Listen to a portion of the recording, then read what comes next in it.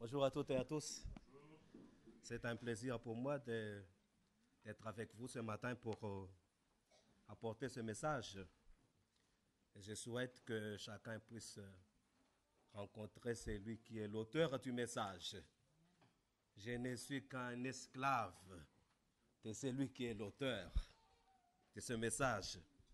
Et je souhaite donc que chacun puisse vraiment les rencontrer et vivre quelque chose d'extraordinaire en lui. J'ai rencontré une sœur, une femme, ce n'est pas une sœur d'église, à l'île de la Réunion. Et la particularité de cette femme, c'est que à chaque fois quand je la rencontre, c'était avec une famille, parce que c'est par l'intermédiaire de cette famille que je l'avais connue. Et donc, à chaque fois qu'on la rencontre, elle pleurait. Mais elle ne pleurait pas du présent, mais plutôt du passé.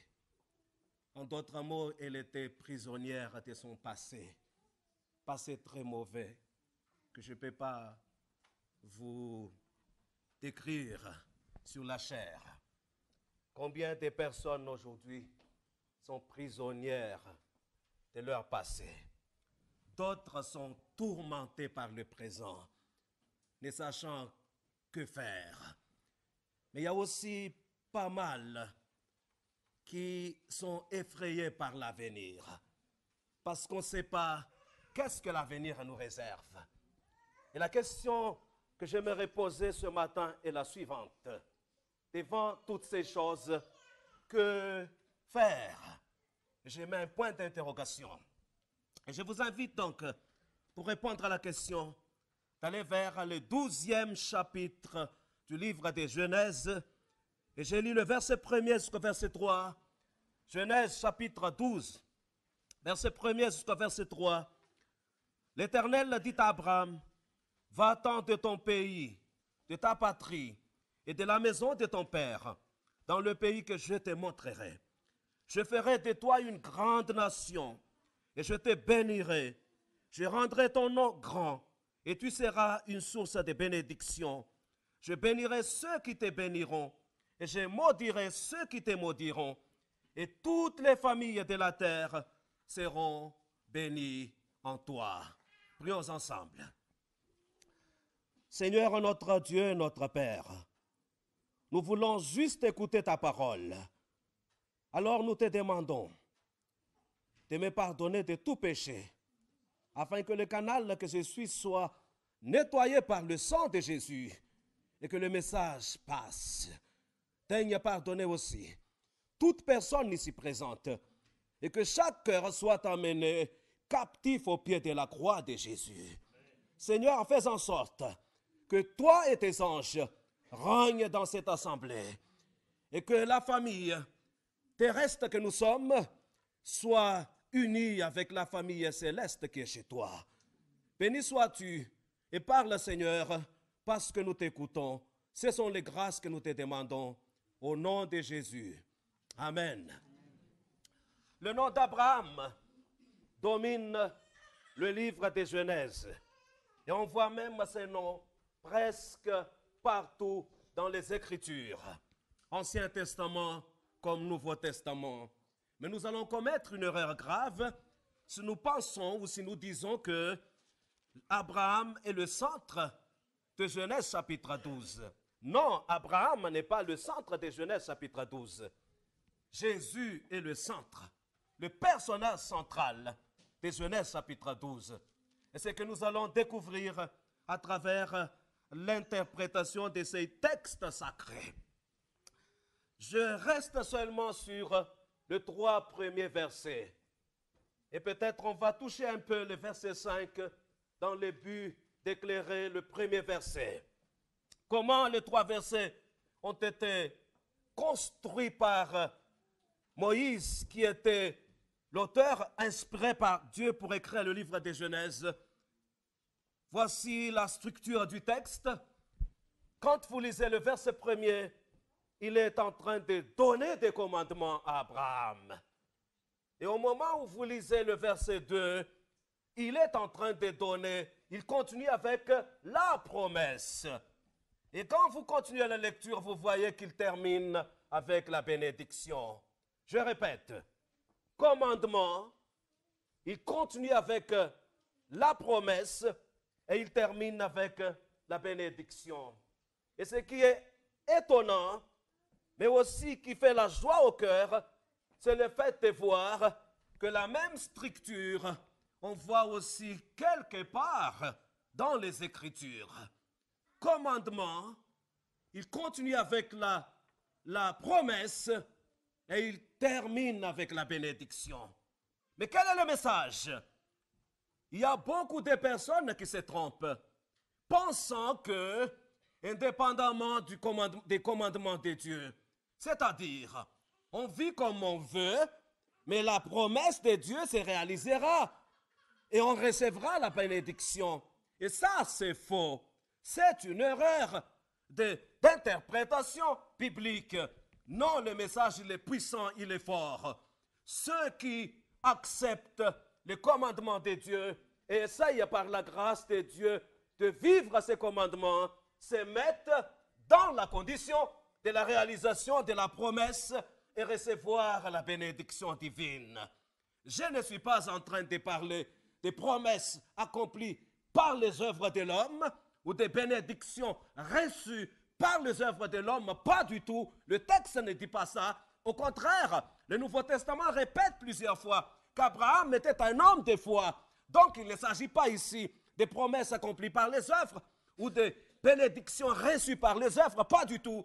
Mais au moment où nous vivons les commandements de Dieu, au moment où nous acceptons les commandements de Dieu et nous vivons en harmonie avec, nous sommes en train de nous mettre dans la condition de l'accomplissement des promesses divines et dans la condition de recevoir la bénédiction de Dieu.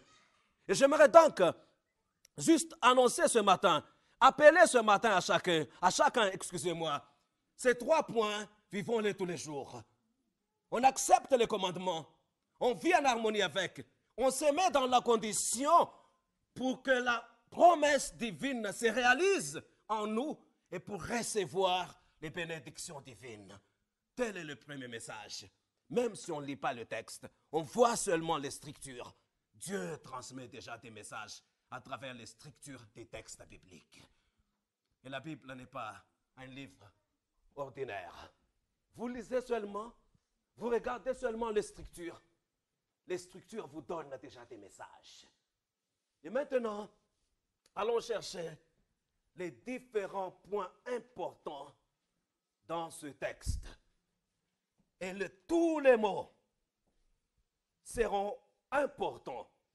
Voilà pourquoi 3 versets suffisants, pas plus. Verset 1er.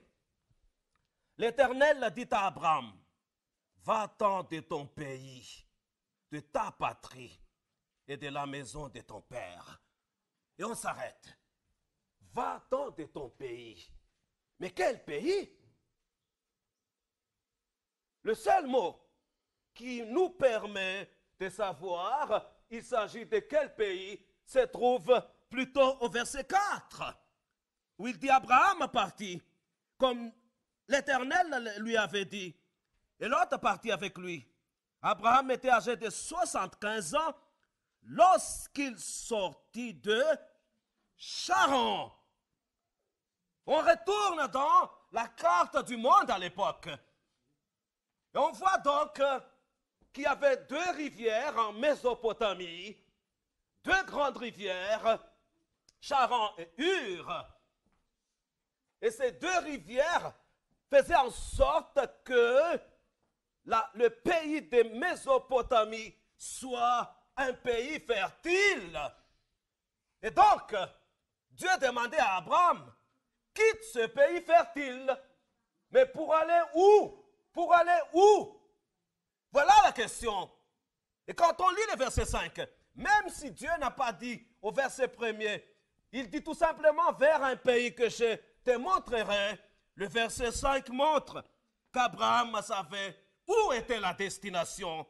Et le verset 5 disait, Abraham prit Sarai, sa femme, et Lot, fils de son frère, avec tous les biens qu'il possédait, et les serviteurs qu'ils avaient acquis à Charan. Ils partirent pour aller dans le pays de Canaan. Et ils arrivèrent au pays de Canaan. Ils savaient, Abraham savait que la destination c'était le pays de Canaan. Et vous retournez de nouveau dans la carte. Et vous cherchez non seulement la géographie, comment c'est, mais regardez aussi comment les pays étaient. Et vous allez voir que Canaan plutôt, c'était un pays montagneux.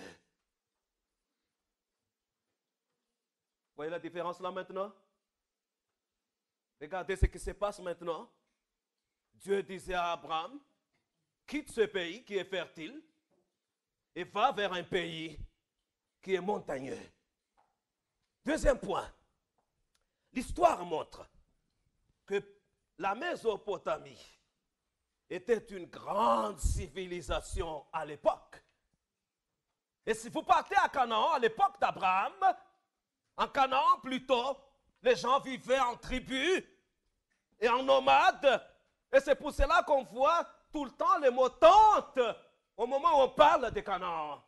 Ce qui signifie que Dieu demandait à Abraham de quitter un pays d'une grande civilisation pour s'installer dans un pays où les gens vivent en tribu et en tant que nomades. Mais troisième point, je me souviens, quand j'avais 22 ans, j'ai quitté mon pays. J'ai pensé m'installer après mes études, mais finalement, j'ai resté que 4 ans maximum. Et on repart. Et ça fait presque 12 ans déjà. Et je ne suis pas retourné encore pour s'installer. Mais ça ne me faisait pas trop de mal. Mais vous croyez que c'est facile pour un homme de 75 ans de quitter son pays et d'aller s'installer dans un autre pays? Ce sera difficile. Pour un jeune homme, une jeune fille de 25 ans, 22 ans, quitter son pays, ce n'est pas trop difficile. Mais quand vous avez 75 ans, vous partez, ce sera difficile. Abraham devait quitter son pays alors qu'il avait 75 ans. Qu'est-ce que Dieu cherche à faire? Telle est la question. Demandez à cet homme âgé de quitter un pays fertile pour aller s'installer dans un pays très montagneux. Demandez à cet homme âgé de quitter son pays où il y a une grande civilisation pour s'installer, vivre en nomade dans un pays où les gens vivent en tribu. Qu'est-ce que Dieu cherchait à faire? Voici le message phare du texte. Dieu voulait qu'Abraham rompe avec son passé. Et nous verrons pourquoi. Mais le même appel est adressé à chacun de nous encore ce matin. Je ne sais pas vos passés, mais le Seigneur nous dit de rompre avec le passé mauvais. Ça peut être des passés d'escroquerie, ça peut être des passés de prostitution, ça peut être des passés d'ivrognerie, ça peut être des passés de jalousie, ça peut être des passés d'hypocrisie, ça peut être des passés de haine, ou ça peut être des passés de rancune. Bref, toutes sortes de passés mauvais. Dieu dit tout simplement, il faut rompre avec ces passés. Et des fois, nous n'arrivons pas à rompre avec nos passés. Mais la main de Jésus-Christ est très puissante, tout puissante, pour briser ce lien entre nous et nos mauvais passés. Nous devons être libres, ne pas prisonniers de nos passés. Et j'aimerais prier à la fin de cette prédication pour que chacun soit libéré de ses mauvais passés et devenir une autre personne affranchie en Jésus-Christ. Et après, toujours dans le verset 1er, l'Éternel a dit à Abraham, va-t'en de ton pays, de ta patrie et de la maison de ton père, dans le pays que je te montrerai. Dans le pays que je te montrerai. Et je viens de lire tout à l'heure le verset 5. Abraham savait la destination et il savait c'était où, c'était le Canaan. Mais ce qui frappe un peu ma pensée, c'est le fait que l'apôtre Paul précisons-les, sous l'inspiration du Saint-Esprit, reprend l'histoire. Et il va annoncer quelque chose. Hébreux chapitre 11. Hébreux chapitre 11. Hébreux chapitre 11. Et je lis donc le verset 8 et 9. Hébreux chapitre 11, verset 8 et 9. Il dit, c'est par la foi qu'Abraham, lors de sa vocation obéie, est parti pour un lieu qu'il devait recevoir en héritage et qu'il partit sans savoir où il allait. C'est par la foi qu'il vint s'établir dans la terre promise comme dans une terre étrangère, habitant sous des tentes, ainsi qu'Isaac et Jacob, les co-héritiers de la même promesse. Voyez ce que Paul est en train de dire, sans savoir où il allait. Le verset 8. C'est par la foi qu'Abraham, lors de sa vocation, obéit et partit pour un lieu qu'il devait recevoir en héritage et qu'il partit sans savoir où il allait. Sans savoir où il allait. Ça va? Alors que le texte de Genèse chapitre 12 montre qu'il savait où il allait. Mais qu'est-ce que l'apôtre Paul est en train de dire? Est-ce qu'il y a une sorte de contradiction dans les Écritures? Pas du tout. Mais l'apôtre Paul est en train d'expliquer son idée au verset 9. Et il dit, c'est par la foi qu'il vint s'établir dans la terre promise. En d'autres mots, Paul aussi savait où il était installé, la terre promise. Et il ajoute, dans la terre promise, comme dans une terre étrangère, habitant sous une tente, ainsi qu'Isaac et Jacob, habitant sous une tente. En d'autres mots, l'idée est claire. Il n'avait pas d'endroit fixe pour s'installer. Il vivait sous tente. Vous savez, quand on dit tente, c'est quelque chose que vous pouvez monter, démonter, monter, démonter, monter, démonter, n'importe où vous voulez le faire. Ça va? Ce qui signifie que Paul est en train de dire des choses très très fortes. Non, quand Abraham s'installait en Canaan, ce n'est pas pour s'installer dans un endroit d'une manière durable, mais sous tente. Et puis, il change tout le temps. Il vivait en nomade. Et je suis étonné de voir que même à la naissance d'Isaac, je vois encore le mot tente. Et à la fin d'Abraham, je vois encore le mot tente. Faites votre lecture du livre des Genèse et vous le verrez. La conclusion, elle est simple. Qu'est-ce qui se passe? Il ne s'arrêtait pas dans un endroit durable. Non, il vivait sous tente et il change souvent d'endroit.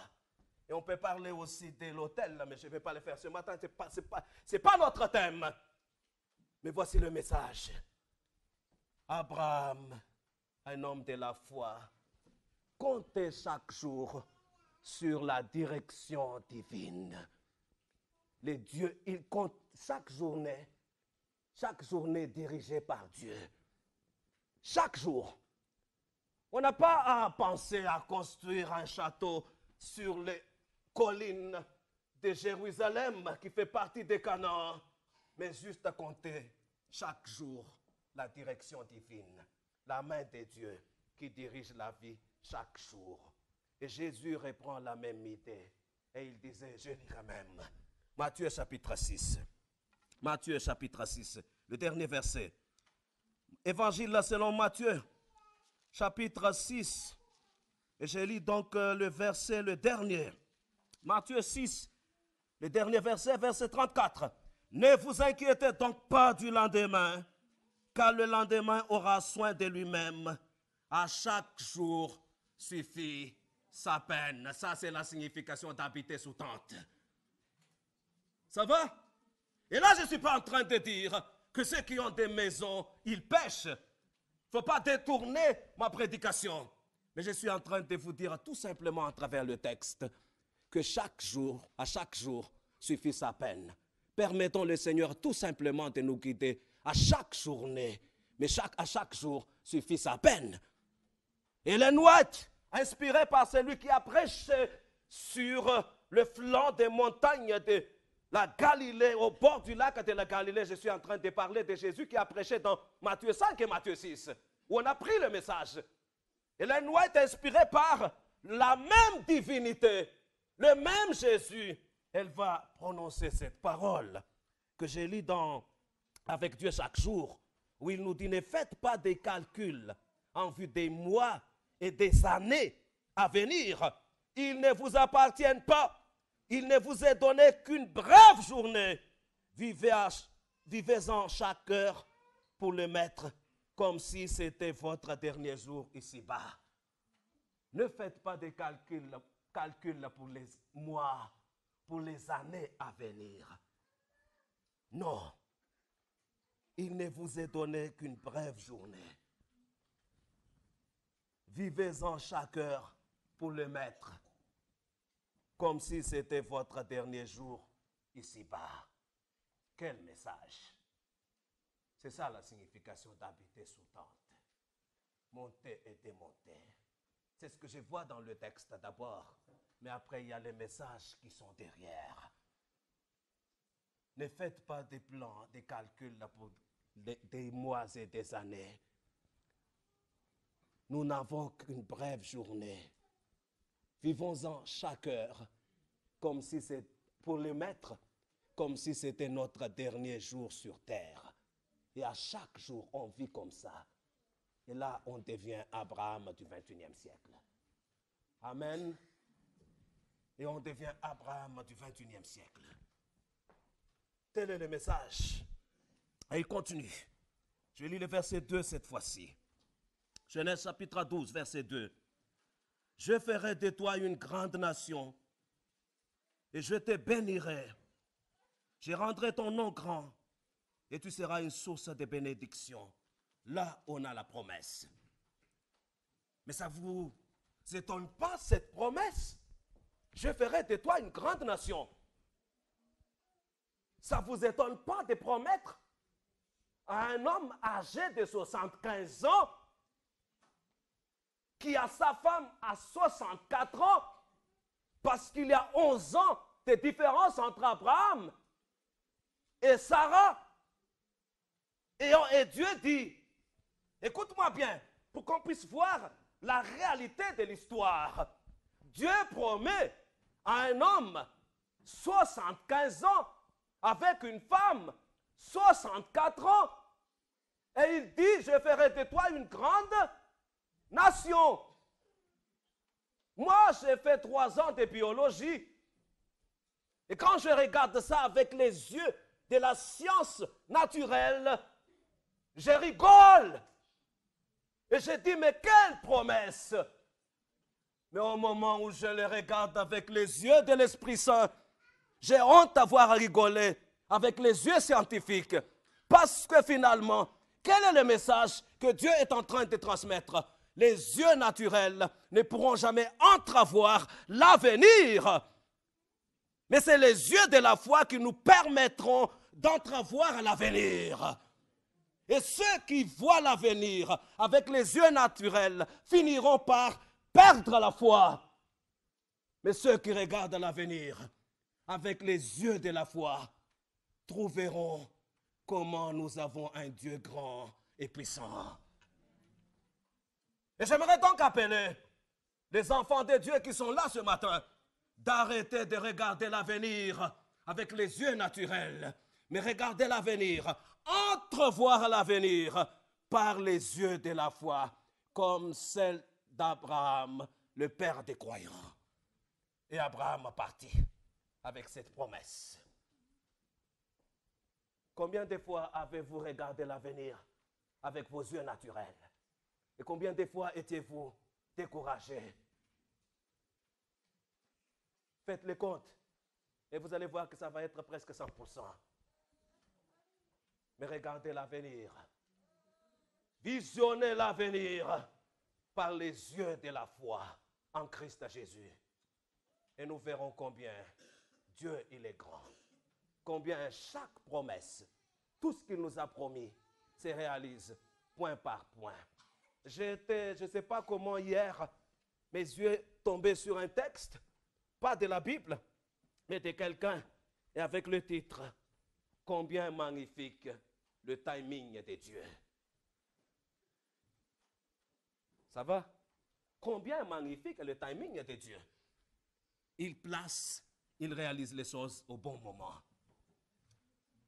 J'aimerais donc continuer à lire le texte biblique. Il dit donc au verset 2, « Je ferai de toi une grande nation et je te bénirai. »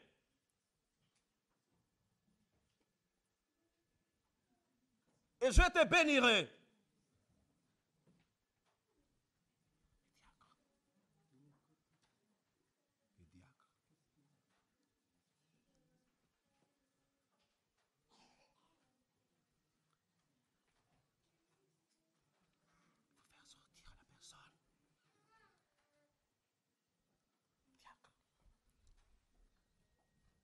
Et il dit donc, je te bénirai.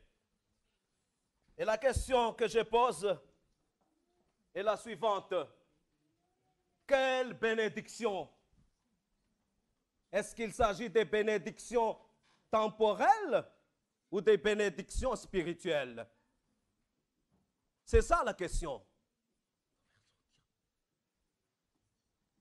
Est-ce qu'il s'agit des bénédictions matérielles, temporelles ou des bénédictions spirituelles?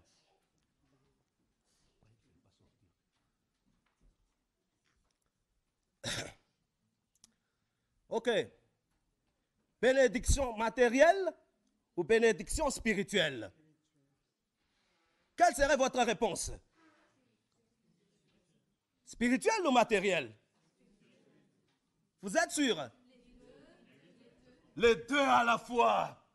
Vous êtes en train d'aller à l'encontre du message. Vous êtes en train d'aller à l'encontre du message. Parce que le message, il est quoi? Nous ne devons pas limiter la bénédiction divine. On ne peut pas le limiter. Il suffit tout simplement de se mettre sous la condition pour recevoir cette bénédiction qui est divine. La bénédiction divine. Voilà donc le message sur ce point. Mais je continue. C'est ici la prédication, c'est là, là, là. Et je continue. Et il dit donc, au verset 3 toujours, « Je rendrai ton nom grand. » Grand. Je rendrai ton nom grand. Quelle grandeur. Je pense par exemple à cet homme qui, c'est pas quel âge il a, est venu ballon d'or, élevé par toute une nation qui est la Portugal. Je pense par exemple à des politiciens qui sont élus, élevés par toute une nation comme une personne, un nom grand. Mais il y a aussi les gens qui jouent les films, les cinéastes. Quel nom encore on peut utiliser? Les acteurs. Combien de millions de personnes ils emprisonnent devant un petit écran qui s'appelle la télévision. Presque connu par tout le monde. Mais ce n'est pas ça la grandeur. Ce n'est pas ça la grandeur. Mais vous savez quelle grandeur on a ici. Remarquez bien le texte. Comment les textes sont construits. Voici ce que Dieu est en train de faire. Il disait à Abraham, je te donne un commandement. J'ai aussi un objectif. Si tu observes le commandement et tu coopères pour que l'objectif soit accompli, tu coopères avec moi. Il dit, je ferai de toi. Ton nom sera grand. Donc, dans la Bible, le nom est grand. Au moment où nous vivons les commandements de Dieu et nous coopérons avec Dieu, pour accomplir son plan, pour accomplir son objectif avec lui. C'est à ce moment-là seulement que nous serons grands. Et on reprend des textes bibliques, des exemples bibliques. Vous tournez seulement les pages de la Bible, juste à derrière, parce que là vous êtes au chapitre 12. Et vous tournez, et vous partez vers le chapitre 11. Et dans le chapitre 11, qu'est-ce qu'on a? La construction de la tour de Babel. Et ce qui m'étonne, c'est que la tour a été construite dans le but de contrer le plan divin et d'être indépendant de Dieu. Mais ce qui étonne, quand vous lisez la lettre, le texte, excusez-moi, c'est de voir après qu'aucun de ces noms, les constructeurs de la tour de Babel, reste. À moins que vous pouvez citer des noms. Mais aucun nom reste. En d'autres mots, parce qu'ils ont contré le plan divin, au lieu de coopérer avec Dieu pour accomplir ce plan, leur nom disparaissait. Et allez maintenant vers le livre du prophète Daniel, le chapitre 3. Quand Nebuchadnezzar a construit cette tour en or pur depuis la tête jusqu'aux pieds pour contrer le plan de Dieu. La tour il y a plusieurs métaux, et puis après c'est le chapitre 2, et avec la petite corne qui tombe, qui fasse disparaître la tour, c'est-à-dire il y a succession des royaumes, et puis après Jésus revient, et il met fin à tous ces royaumes, mais le royaume de Jésus reste un royaume éternel. Nebuchadnezzar a réagi, et il construit plutôt une statue d'or, au chapitre 3, d'or pur, pour dire que non, je ne suis pas d'accord avec ton plan. Et je vais contrer ton plan. Et donc, Babylone éternellement. C'est ça la signification de la tour, de la statue en or. Et si vous lisez bien l'histoire, je ne peux pas le faire ce matin parce que le temps me manque. Si vous lisez bien l'histoire, voici ce qui va se passer. Voici ce qui va se passer, mes frères et mes sœurs. On oubliera même l'existence de cette tour, de cette statue en or pur. Mais toute l'attention sera attirée vers la fournaise, là où il y a les 3 jeunes Hébreux marcher, sans être même brûlés. Et puis il y a le 4e qui a l'apparence d'un fils d'un homme, c'est-à-dire à Jésus-Christ, qui marchait dans la fournaise avec les 3. Croyez-moi, ce matin, la tour, la statue a été oubliée, mais l'attention a été attirée vers Jésus-Christ, celui qui marchait dans la fournaise. Le nom de Jésus-Christ reste un grand nom d'éternité en éternité. Et toute autre chose disparaissait devant, et on a oublié la tour en or, la statue en or. Conclusion finale, tous ceux qui acceptent les commandements de Dieu et coopèrent avec Dieu pour l'accomplissement de son plan, leur nom devient grand. Mais ça ne signifie pas que vos noms seront inscrits quelque part dans un palais qui s'appelle l'Élysée, parce que vous êtes grands, pas du tout, mes amis. Mais le nom sera inscrit dans le livre de vie. Et personne ne pourra l'effacer. Et ça restera éternellement. Écrit éternellement. Combien ce sera une grande joie pour moi d'avoir mon nom de famille et à côté mes prénoms écrits dans le livre de vie, d'éternité en éternité sans arrêt. Sans arrêt, l'état civil du royaume de Jésus-Christ. Et il n'y aura plus jamais d'acte de décès parce que la mort n'existera plus jamais. Que nos noms soient grands. Grands dans le sens où écrit dans le livre de vie et y rester éternellement, à jamais. C'est là le message de Genèse chapitre 12. Et avant de s'arrêter, faisons quand même escale au verset 3. Je bénirai ceux qui te béniront et je maudirai ceux qui te maudiront. Et toutes les familles de la terre seront bénies en toi. Je bénirai ceux qui te béniront. Je maudirai ceux qui te maudiront. À qui on peut adresser une parole là pareille? Est-ce que vous pensez que on peut adresser une parole pareille à une personne qui est votre ennemi? Non. Mais le texte est en train de me dire qu'Abraham Dieu fait une déclaration solennelle, officielle. Et il dit, tu es mon ami. Abraham devient l'ami de Dieu. C'est pas ça. Un ami où il est en Dieu et Dieu est en lui. Et après il dit, et tu deviendras une source de bénédiction.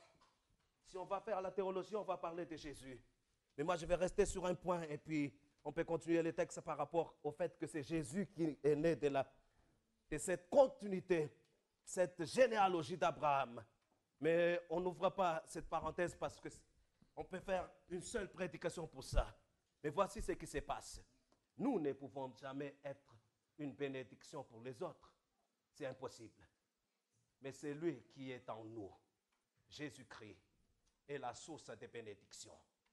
Le privilège, la bénédiction qu'il nous offre, c'est qu'il fait en sorte que cette bénédiction qui vient de lui passe par nous pour atteindre les autres. Quel privilège d'être l'ami de Dieu. Il est en nous, nous sommes en lui. Et ces bénédictions passent par nous pour aller atteindre les autres. Oh, c'est une joie d'être un canal par lequel la bénédiction de Dieu passe pour atteindre les autres. La bénédiction de Dieu passe pour atteindre les autres. La fin de l'histoire est le suivant. Aucun statut n'est grand par rapport à ça. Président de ceci ou de cela. Riche de ceci, des milliards, je ne sais pas quoi ou de quoi encore. Beau ou belle, élu plusieurs fois, Miss ou mystère de ceci ou de ce pays-ci ou pays-là, ou même l'univers. Ce n'est pas ce statut-là qui est le plus grand statut devant l'univers. C'est un autre statut.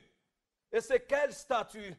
C'est d'être appelé ami de Jésus-Christ. Et Dieu a encore des amis. Jésus a encore des amis sur terre au XXIe siècle. Et j'aimerais, moi, faire partie de ces amis qui a Jésus-Christ. Et j'aimerais que vous soyez aussi les amis de Jésus. Mais c'est ça le plus grand statut, être ami de Jésus sur cette planète où le péché est introduit, mais nous sommes victorieux parce que le Christ vit en nous.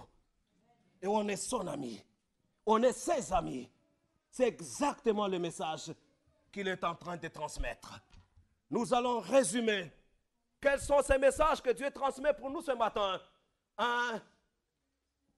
Tenons compte des commandements de Dieu. Vivons en harmonie avec. Mettons-nous dans la condition où les promesses de Dieu se réalisent en nous et nous recevons les bénédictions divines. Deuxième message, prions Jésus pour qu'il utilise sa toute puissance pour rompre le lien entre nous et nos mauvais passés. Il faut que nous soyons affranchis et libérés par de ce lien avec nos passés mauvais.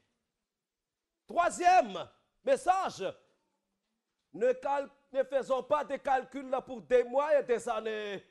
Vivons tout simplement chaque journée devant nous comme si c'est la dernière. À chaque jour suffit sa peine. Et vivons-en chaque heure pour le mettre comme si c'est la dernière journée pour nous sur terre.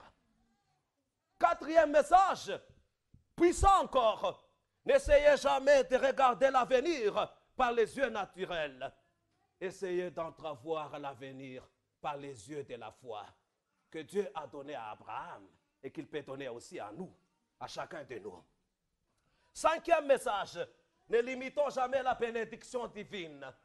Disons tout simplement à Dieu, bénis-moi, et laisse-les choisir les bénédictions qu'il nous offre, mais il offre les bénédictions à chaque moment, à chaque temps, selon ce qu'il veut. Sixième message, ne cherchons pas des statuts vains de ce monde, riches, présidents à gauche à droite, titrés de ceci et de cela. Laisse-les pour ceux qui veulent, Mais cherchons les statuts les meilleurs. Être amis de Jésus-Christ sur cette planète bleue, excusez-moi, qui est la planète Terre. Et permettons à Jésus de vivre en nous, nous en lui. Et que ces messages passent à travers lui, à travers nous, pour atteindre les autres. Et là, on est une source de bénédiction. C'est pas nous les sources. La source, excusez-moi, mais c'est lui qui habite en nous. Et j'ai prié pour que le Seigneur fasse en sorte que nous soyons ces Abraham du 21e siècle. Amen.